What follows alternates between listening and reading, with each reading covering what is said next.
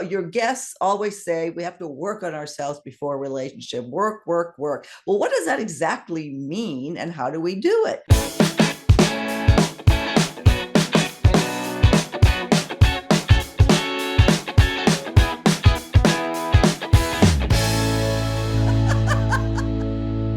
Thank you so much for joining us again on Second Act TV. So happy to welcome back Dr. Gary Salyer, the author of Safe to Love Again. Gary, thank you so much for being here again. Thank you, Silky. This is, I think, I don't know how many times, but it's been a beautiful experience every other time. So let's rock and roll. You bring lots of interesting perspective to our channel, especially when it comes to love, how to love again, how, as your like the title of your book. So I thought today's topic might be really right up your alley here. I've been getting comments. How do we work on ourselves? Your guests always say we have to work on ourselves before a relationship. Work, work, work. Well, what does that exactly mean, and how do we do it? And as I'm reading this, I'm thinking, I don't have a good answer. So I want to throw it over to you. How would you advise people that are just stuck in, what does that mean? It's confusing. Working on yourself, you can do a lot of different ways. There's a question you have to ask before you do the work. And that is, what actually changes? Behavior and what I would call an attachment style. What actually changes? Because not everything that's deemed therapy or coaching does that. It's kind of like when my son, when he was 9, said, I want to become an all-star. And I want to work really hard. And I said, well, Kenny, then we better get you a good coach. Because if you work hard without really knowing what to do, you won't become an all-star. And I sure didn't know how to help him pitch. Well, that's a great point. Having something specific that you're working towards, that's a great example. So it's like those of us who keep making the same mistakes, perhaps, or there's some sort of pattern, I guess you have to identify and then go towards that. Is that kind of what you're saying? All human experience is created up here. Mm-hmm. Now, we have to back it up. We all have I'm going to explain it a different way. We all have a bunch of neural networks that create experience. They have feelings running them. You can call it a psychological floor. And we learn this early. I mean, when you got out of your car today, did you stomp and put your toe out in the thing and go, I wonder if that sidewalk's going to support me? No, I didn't. No, you've known that since you probably fell as a toddler. Floors don't move. And that's a knowingness, an emotional knowingness. And we get all these emotional knowings about love is safe. It's good to reach out. I can speak my truth. I can have my feelings. Or there are other psychological floors too. Ones that say the world is not so friendly. Love is scarce. There's no good, there's no good men out there. There's no good women. That usually comes from. So we all have this psychological floor of what we have learned, usually going back.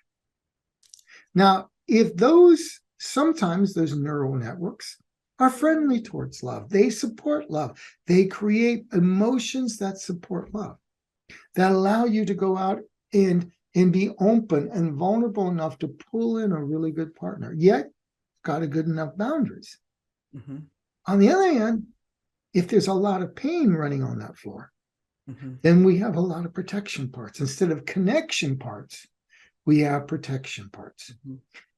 Now, so we've got to help neurons make better friends, to carry better feelings, and to have less protector parts, because those protector parts don't do any good. I was just explaining to somebody on a call I did Saturday that when she says no good men show up, they're all this, and these are her experiences. There was a protector that says that, they're all jerks, they're all, whatever name it is. Well, the secure ones are going to pick that up and they will go looking on. They don't want to deal with that protector part, which leaves them, you guessed, with their worst nightmare. If we're going to change it, we have to change the original neural networks that fire off what I call feelings like unwelcomed, unworthy, uncherished, and have these huge protector parts. If we don't change out that psychological flooring, the floor is going to be slippery, or it's going to have holes in it that love falls through the cracks, and there's all sorts of things. We got to have a good floor for love. What a lot of coaching and sometimes therapy does is it comes in and it says, here's a set of skills. And that puts in another neural network. It does not change the original, doesn't get rid of the original protector parts, doesn't get rid of the original pain. It just allows the original pain to sit there, and it covers over until something triggers. You can work and work and work and work on vision boarding, and you could even do, coaching with all sorts of dating strategies or couple strategy or communication. You can do somatic work, but if it has not rewired the original pain, it will still be there. And I guarantee you, if something happens to trigger this part is running real deep. The new neural net ones, not so much. This one will trump it. So you can work really, really hard at creating a great situation in your brain where there's nothing more than a parts conflict. You've invited a parts conflict with a part that will win. So if we're going to do the work, we got to know where we're going to do. Are we going to work up here with coaching? Or are we going to work down here with our feelings? That is so interesting that you, whatever you throw at yourself, in terms of skills, or as you just said, tips, everything that's out there, like this article I came across, lots of them out there, lots of tips on how to work on yourself. And that's where I realized why, viewers, so many people are confused. It is confusing. But what you're saying, though, I mean, that's really, pardon the pun, it's really super deep. How does someone who is in that pain, I mean, how do you identify that about yourself, what that is, to even recognize that that's the work you need to do if you didn't hear this conversation here today? Okay, so the first thing, there's two things here that's really, that are embedded in what I just said. Okay. First off, to work on yourself, you got to work with the feelings, especially for men you don't want to feel. You got to work with those feelings, and you can't judge them. You got to be able to say, at one point in time, that was the best deal. And the other part is working on all those triggered states. It's amazing, that when that feeling gets pushed up in our system, then we react, we pull away, or we anxiously pursue, right? And it's all those triggered, explosive, protective parts that are killing your relationships. Now, it doesn't mean always blowing off. Sometimes it's going ice cold in the other direction. That's just as reactive. Most things that destroy love come out of these triggered parts, these places in us that have explosive reactions. And those parts that are still holding the pain are super vigilant. They will see the least little thing coming. And then the next person wonders why their love isn't being received. Or once they do that, if you're dating, you wonder why. Well, why did they go away? It's working on your feelings. And it's working on the part of you that is triggered and protects in ways that will never invite in love, because a brain that is in protection mode cannot neurologically be in connection mode. What you just cued in me here again, obviously this comes in all stages of a relationship, but even very first, the attraction, like online dating, one of the most common comments we receive, like you already referenced, no good men out there, no good women out there, and online dating doesn't work. Well, we know there's good men out there. We know there's good women out there. We do know that online dating can work. I'm an example of it. I mean, I get it. There's all kinds of issues with it. But those extreme statements, how do you deal with that? Notice that when singles are saying there's no good men or there's no good women out there, it is It is the same version I see in couples when they're pointing fingers at each other and not themselves. Okay. There's no difference. One is this pre-relationship, the other one is post. It is so much easier to point fingers at someone else, other than looking at where I am contributing to this. The biggest growth is to stop blaming the others, blaming the environment. Say, how am I creating this experience? There came a day, Sophie, when after 2 divorces and several broken relationships that I really wanted to work out, where the old story is all women are, just didn't quite cut it. The voice looking in the mirror after one of them was, there's only one common denominator, son, and guess who that is? And I literally cut myself shaving,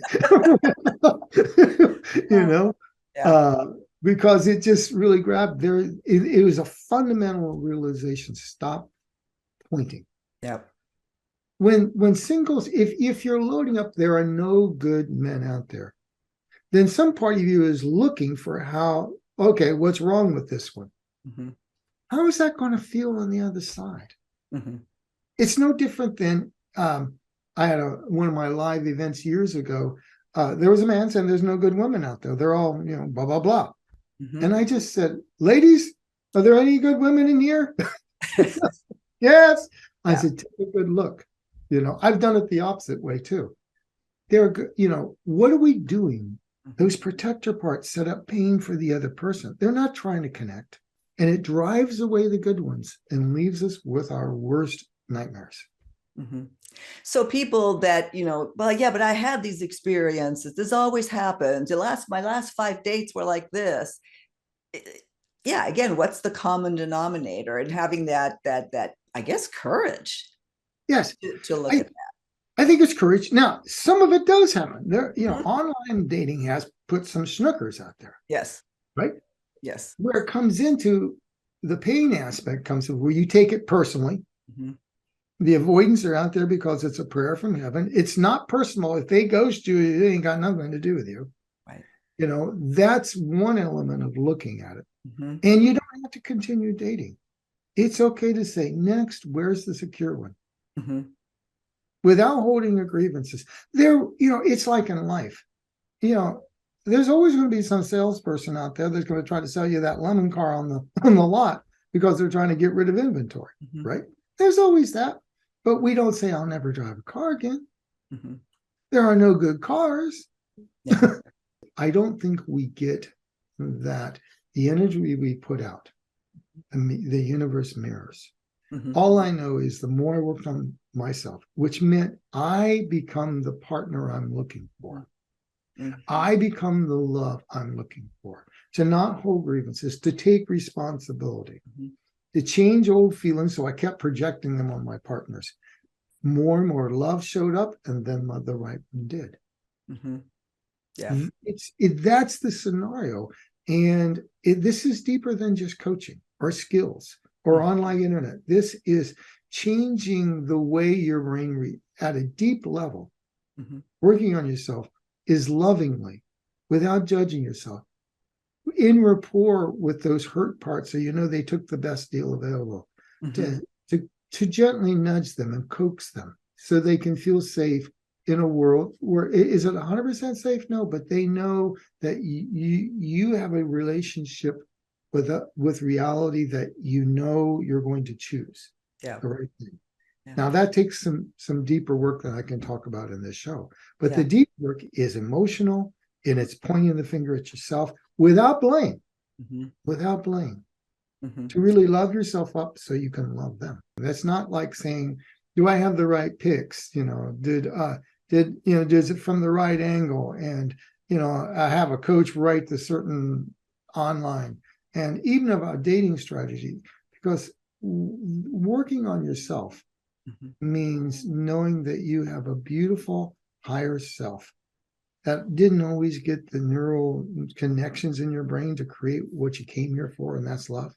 And it's helping those emotions and those protector parts, what I call a neural network, to make better friends with the feeling of welcomed, worthy.